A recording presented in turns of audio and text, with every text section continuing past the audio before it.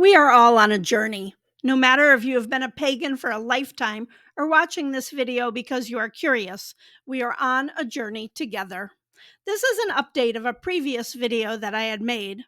It has been quite popular, but looking back, it really lacks depth and doesn't convey what I wanted. I hope to do better on this one. Paganism is a very diverse religion.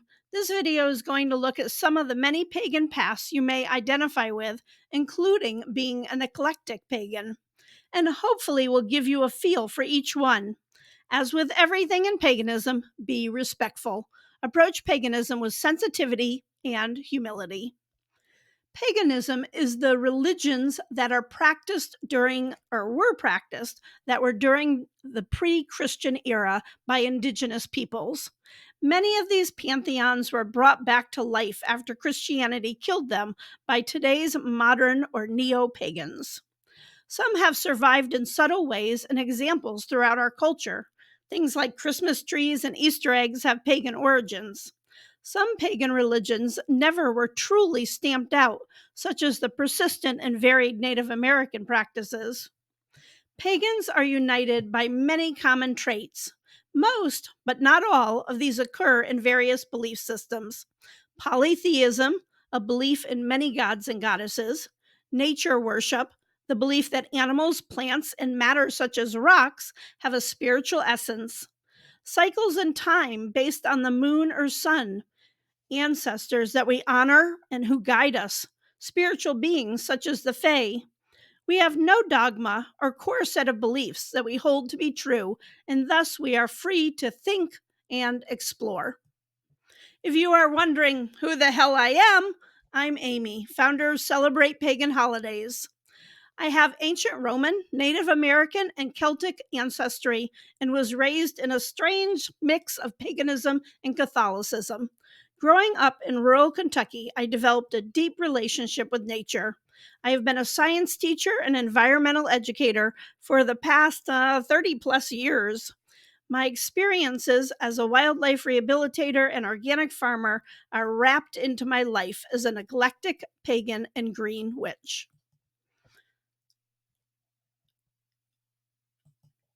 The pantheons are listed in alphabetical order for clarity, and so I don't play favorites.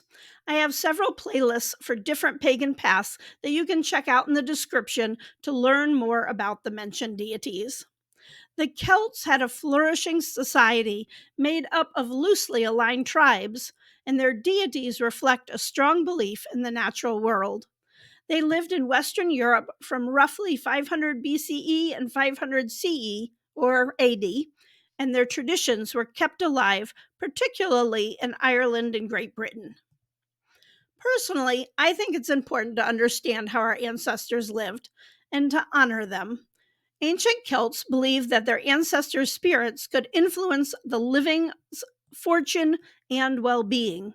They often left offerings of food, drink, and other goods at burial sites or special altars dedicated to their ancestors. This practice was a way to show respect and seek blessings from their forebears. Druids were and are the religious leaders of the Celts, responsible for conducting rituals, ceremonies, and sacrifices. We don't know a lot about them because the Celtic culture did not have a written language.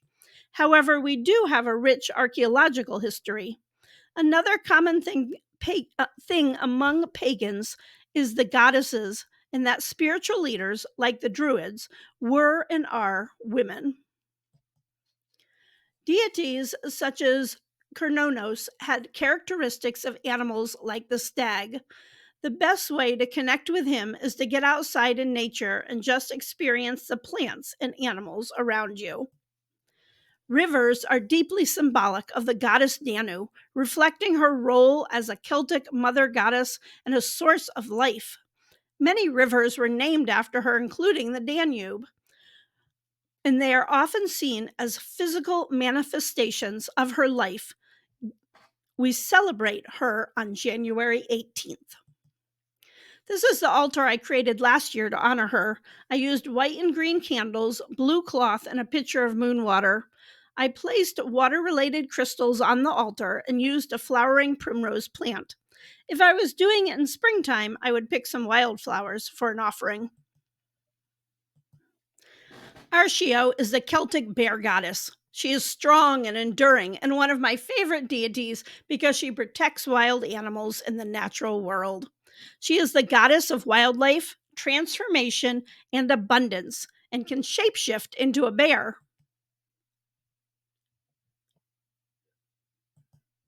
Forgive me for lumping the Greeks and Romans together. They had different gods and goddesses, but they often correspond with each other and had similar traits and stories. Hellenism is one of the older forms of neo paganism. Its roots date back to the Roman Empire when Julian attempted to revive his ancestral faith in the face of Christianity's increasing influence. Unlike some ancient cultures, the Romans and Greeks had a written language and a thriving art community, so we have a great deal of knowledge about their religious practices. If you are new to paganism, the Greeks and Roman deities are probably already familiar to you just through our culture, in books and movies. Here we have Jupiter and Zeus, supreme gods for the Romans and Greeks, respectively. It is important to remember that the gods are not above the law, or the fates, so to speak. They were immortal, but not all powerful, and they made human mistakes. They had children sometimes with mortals. Many people and animals in religious traditions are not deities, but may have magical powers or gifts. Some of them were the children of the gods. Pegasus is the son of Medusa and Poseidon. A Hellenist honors the gods and goddesses of ancient Greece in the traditional manner by offering prayer and sacrifice regularly and by celebrating traditional festivals. They believe that people form relationships with the gods and goddesses and invite their goodwill through worship and prayer.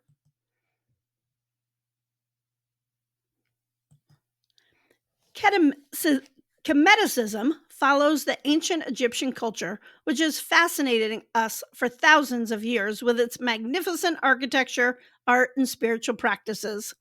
Like the Greek and Roman cultures, ancient Egypt had a written language and a very creative society. And they wrote a great deal about their religious practices, including rituals and spells. Hieroglyphics are a language that can be read and translated. We can replicate these practices and recite their prayers, or choose new ways to honor them. Beliefs about the afterlife were elaborate, with mummification and tombs filled with goods to aid the deceased journey. Magic spells were part of daily life, used for protection and healing.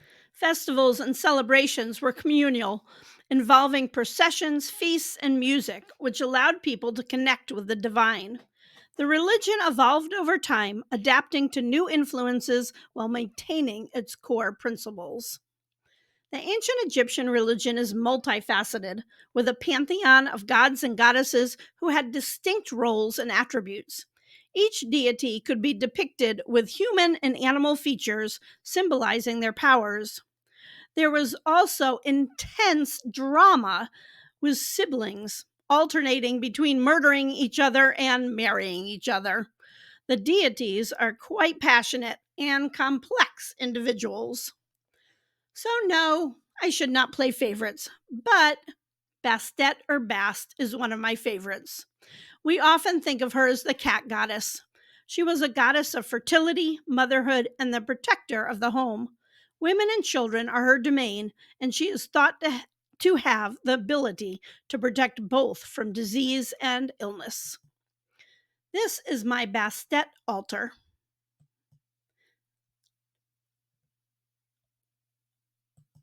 Native American paganism is still very much a living religion. Even after vicious attempts at conversion, there are many people today practicing their ancestral beliefs, with few breaks in that tradition. Others have gone back to honoring the traditional gods and goddesses. Despite its general diversity, Native American paganism generally includes the belief in creation myths, the adherence to many spirits and deities, ancestor worship, incorporation of natural elements, and an understanding of the importance of a vision quest. Those practicing indigenous religions often find themselves balancing between two worlds. During the pandemic, when Clubhouse was at its peak, I participated in a Native American teachers networking group, and balance was something discussed a lot. Like African tribal people, the Native Americans have hundreds of gods collectively. Many times we hear the term Great Spirit, which is somewhat generic. Different cultures had different names and worshipped in different ways. Just like the moon pierces the darkness of the night, it is believed that Hanwi pierces the darkness of your soul and protects you from negative beings. The moon is intrinsically feminine, and she represents fertility, dreams, emotions, and transformations. She represents the rhythm of natural cycles and is the Sioux goddess of motherhood, feminine power, and watches over women during their monthly cycle. Her husband is Wee, god of the sun. He is brave and honest and settles disputes.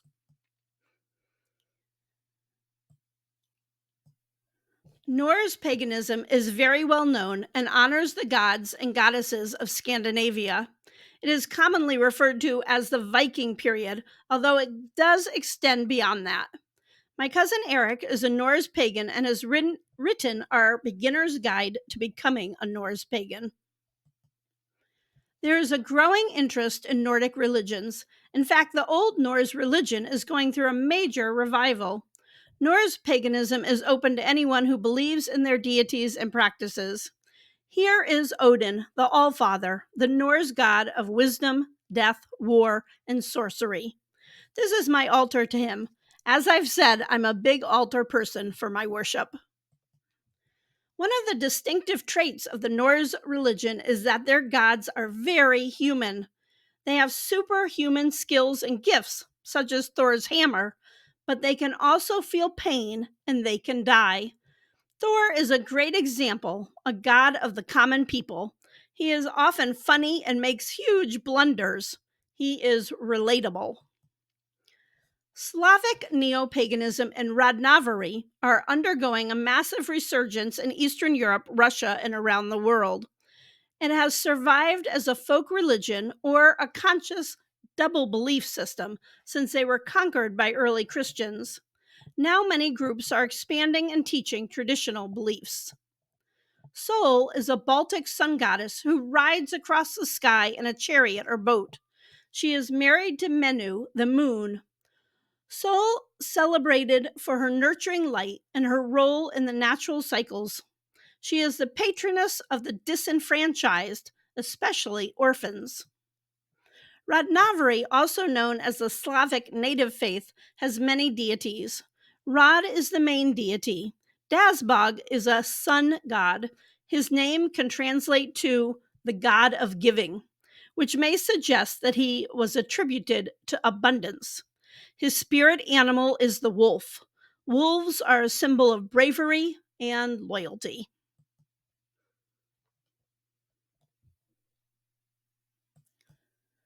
Wicca is a truly modern religion that does not originate in a specific country, although its founder, Gerald Gardner, was British. Wicca is one of the fastest growing religions in the United States. The aspect of witchcraft draws many people, although not all Wiccans are witches. There are many types of witches, and I have a video on that if you would like to see. Wiccans also see the energy of God and the goddess in all things, especially nature. Many people think of Wicca as exclusive to women, maybe because of the goddess factor, but men are welcome in Wicca, and witches can be male or female. Outdoor altars are one way of practicing the craft. Many Wiccans follow a solar calendar and celebrating Sabbats on solstices and equinoxes. Here we have the Holly King and the Oak King battling to be in control as they do twice a year. So my editor, Catherine, and I are working on a series of books to celebrate pagan holidays as a family. They are not exclusively Wicca-oriented, but embrace many traditions. We feel very strongly that there is just not enough resources for pagan families.